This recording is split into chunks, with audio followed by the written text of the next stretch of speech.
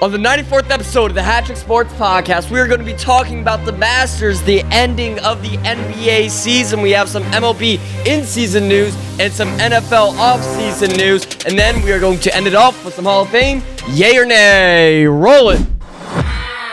Welcome to HatTrick Sports, starring your host, Isaiah Carpenter. Bringing you the biggest sports headlines every week.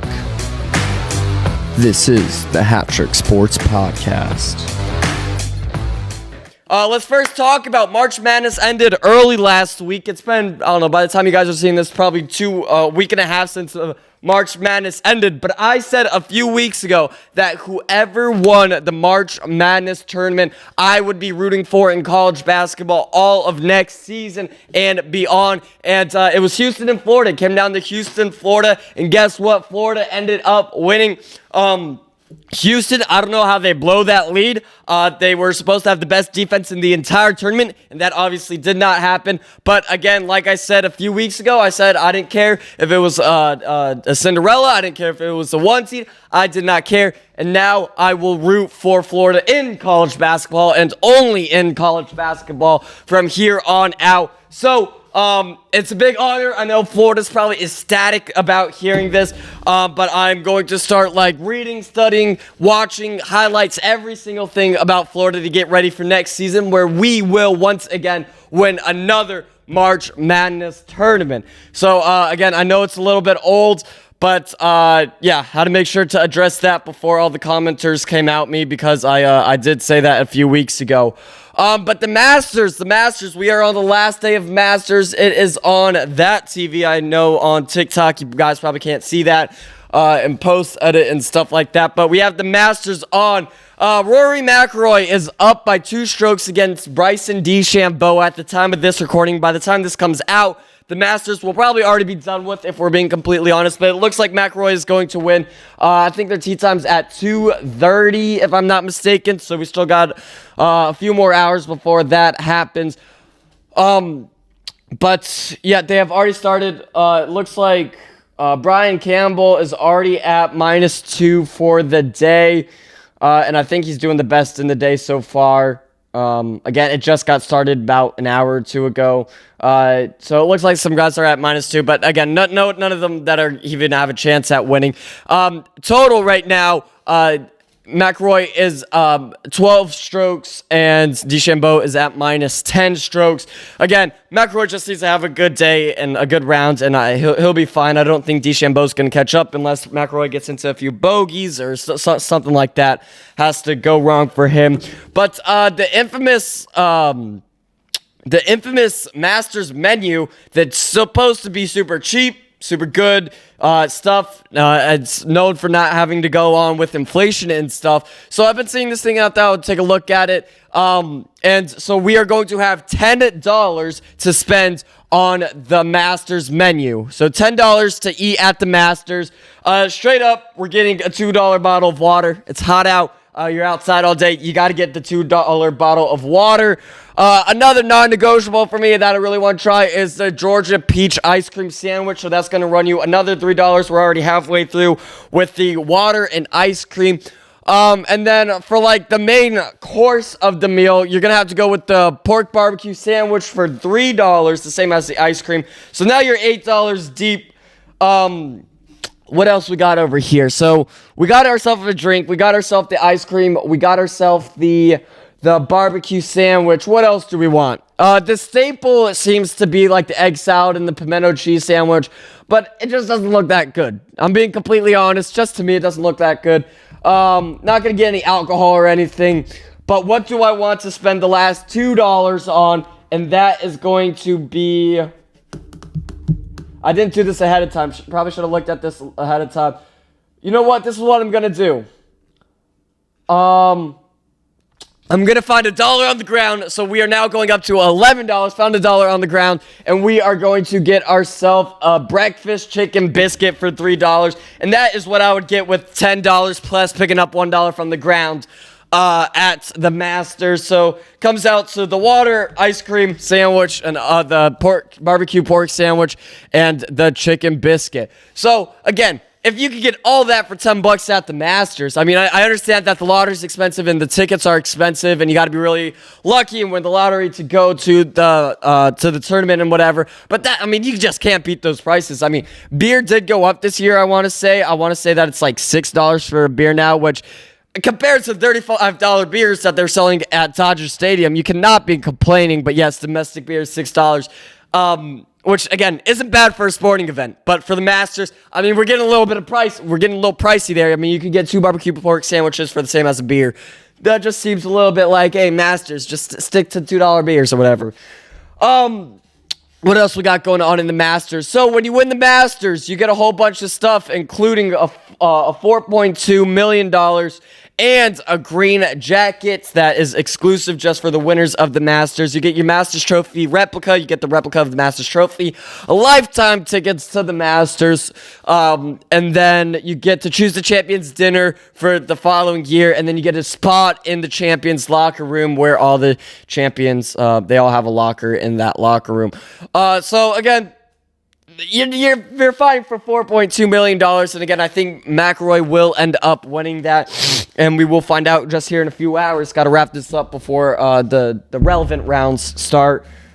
But let's talk about what else we got. Let's talk about a perfect scorecard. Now, I've been following this umpire scorecards for the last few years. I love, it's literally 10:30 he starts uploading these, and I just every single morning at 10:30 I'm able to check them, and I can see 2 minutes ago, 1 minute ago, whatever, and he uploads basically all the stats of umpires for every single MLB game from the night before. And we had Pete Hoberg, I believe, in the World Series a few years ago, had the first ever perfect scorecard. I mean, it's just never happened until Pat Hoberg or Pete Hoberg, whatever his name was, Hoberg, did that. And then just last week, Mark Ripperger, I don't know if Ripperger, I don't know how to say his last name, but I'm just going to refer to him as Mark. He was umpiring the Twins-Royals game, which ended in a 3-2, and the Royals ended up winning 3-2. It was on Thursday the 10th. But his overall accuracy was 100. His expected thing, they have expected percentages. It was at 92.5. What was this? Overall consistency was 94%, so the consistency wasn't perfect. But again, you couldn't help it. His called ball accuracy was 100%, and his called strike accuracy was 100%, making the perfect scorecard. Impactful missed cards, I love seeing that blank, but especially a close game. It wasn't like the Royals won 12-2 or nothing. I like that it was a close game. It wasn't influenced by the home plate umpire at all, and I just love to see it. They should get bonuses for that. Now, I know that this helps him, and that MLB looks at these stats, and whether you go into the playoffs as an umpire in the World Series and stuff, I know that they look at that, and they could end up getting more money. But if you get a perfect scorecard, MLB should, give you a bonus of, $10,000 or whatever. Just because it's never happened. I mean, it's happened one other time. This is the second ever time that it's happened. So yeah, just incentives for stuff like that. So yeah, Pat Hoberg was the first time, and yeah, he got kind of caught gambling, or we went over this story about him gambling a few weeks ago. But yes, congratulations to Mark for becoming the second ever perfect umpire scorecard champion. That's what we're gonna refer to him as. Dak Prescott. So Dak Prescott, at the end of last season, well, I guess at the beginning of last season, he signed a 4-year, $240 million contract, which at the time was he was the highest paid quarterback in the NFL, and he still might be the I forget who's at first now. But he played 8 games. He played 8 games with only 11 touchdown passes and 8 interceptions. He was on pace for one of the worst seasons of his career, stat-wise, and then he got injured. He had the hamstring injury, and but he now says that he is progressing in his recovery from the season-ending hamstring injury. So much so that, in fact, he said that if he had to start a game right now, he could. He also mentioned, hey, you got to be prepared to be great for 17 straight games, not just one game. He said that if he had to play a game right now, he could, but you got to go with the longevity. You got to play the full 17 games in the season, so you obviously don't want to risk that. But it's good to see. It's good to see that the Cowboys aren't just going to pay him this record-breaking contract for nothing, and that he should be ready by the end of this offseason and ready for the next season. So it's good to see that Prescott is doing well. He's 31 years old. He plans to participate in organized team activities in some capacity after they begin next month. He said, and I quote, "I'm getting close to where I want to be. I don't want to put a percentage on it. I know we've got team activities coming up. Imagine myself being involved in some sort, if not all. Then again, I understand my age, what I've had, what I've went through. It's about being my best in the fall, so I'm not rushing anything, but I'm where I want to be." That's just what you want to hear. So just a little Dak Prescott update. Joe Flacco, he gets a little signing. He signs with the Browns. Him and the Browns agree on a 1-year, $4 million contract, according to Adam Scheffler. The deal returns Flacco to Cleveland, where he won the Comeback Player of the Year in 2023. With incentives and stuff, this contract could be worth up to $13 million. And there was no terms or anything public yet. He spoke with the Steelers and Vikings before he opted to spend his time opted to sign with the Browns. But I think that the Steelers are getting Rodgers, and the Vikings, obviously they lost Darnold and stuff, but they'll find people. What else do we have? Flacco joins the quarterback room with Deshaun Watson, who's rehabbing after re-tearing his right Achilles tendon and could miss most of all, if not all, of the 2025 season. But yeah, I mean, it's just a little pickup for the Browns. They needed a quarterback. Obviously, Watson isn't looking good. And so yeah, they get this pickup. They're not going to win their division. It's just they're the average team. Let's be honest. They're the average team. The NBA playoffs coming down to the wire. Tonight is the last night of the NBA season, and there are still seven spots open. They have the 1, 2, and 3 seed locked in, because they clinched the division. They have the 1, 2, 3 seed locked in, and then 4 through 10 is all up in the air. There's still a game left. I mean, you have the Nuggets, Clippers, Warriors, Timberwolves, Grizzlies, Kings, and Mavericks all in the Western Conference. Still up for grabs, trying to make the playoffs, or made the playoffs, and it's just a whole lot. It is going to be an exciting night for basketball, and I honestly can't wait. Again, by the time this comes out, this may have been already older and have expired products again. But, yeah, I mean, the Nuggets, they just fired their head coach and GM, and it's Jokic is their head coach right now. They don't have a head coach going into the playoffs. I mean, their GM, I was hearing things that one of the two were going to end up getting fired, but both of them ended up getting fired, and now the Nuggets are without a GM or a head coach, so not looking good. So yeah, that's just NBA playoffs. I'm not going to talk too much about it because, again, by the time this comes out and TikToks and stuff are made about it, it's going to be expired content. But let's talk about Team USA, the 2026 World Baseball Classic. We all remember the last World Baseball Classic, Ohtani versus Trout. Japan versus USA. Shohei struck Trout out, his own teammate, and now Shohei's with the Dodgers.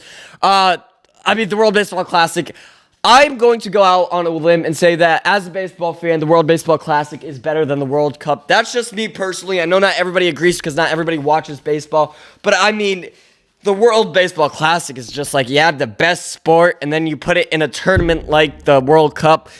I know a lot of people are going to hate me for saying that, but I'm saying that the World Baseball Classic is better than the World Cup. I know as a country, we all unite for the World Cup, and just each country as baseball fans do it as the World Baseball Classic.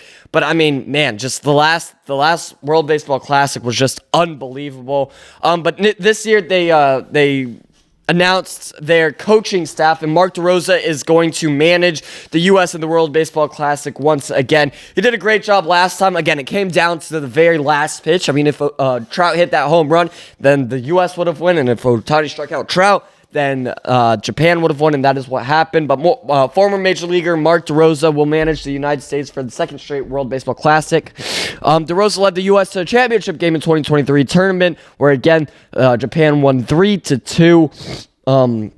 But the whole coaching staff was announced. So you have Mark DeRosa as the manager, an assistant manager. You have Freddie Gonzalez. You have Brian McCann as another assistant manager, along with Michael Young. So those are all like the managers. For the hitting coach, you have Matt Holliday. You have George Lombard as the first base coach. Dino the Dino, the greatest third base coach of all time. It's not like he's the Dodgers third base coach or anything, but Dino Abel, third base coach, David Ross as the bullpen coach, and then Skip Schumacher as the bench coach. That is your Team USA coaching staff. And again, we're going to bring home the trophy, and we are going to prove that the USA is the greatest nation in baseball. I don't know what percent, I can look it up. What percentage of MLB players are American?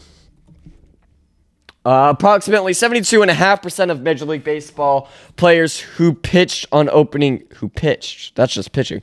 I don't know the exact statistics. Oh, here we go. According to Bat Digest, 66.9% of starting hitting lineup players were born in the USA. 72.5% of those who pitched on opening day were born in the U.S. About one player from every team is either from the Dominican Republic or Venezuela.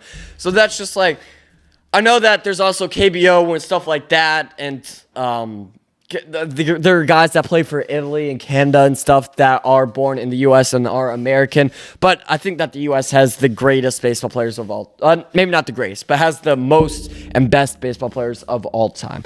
So that's just your little World Baseball Classic preview.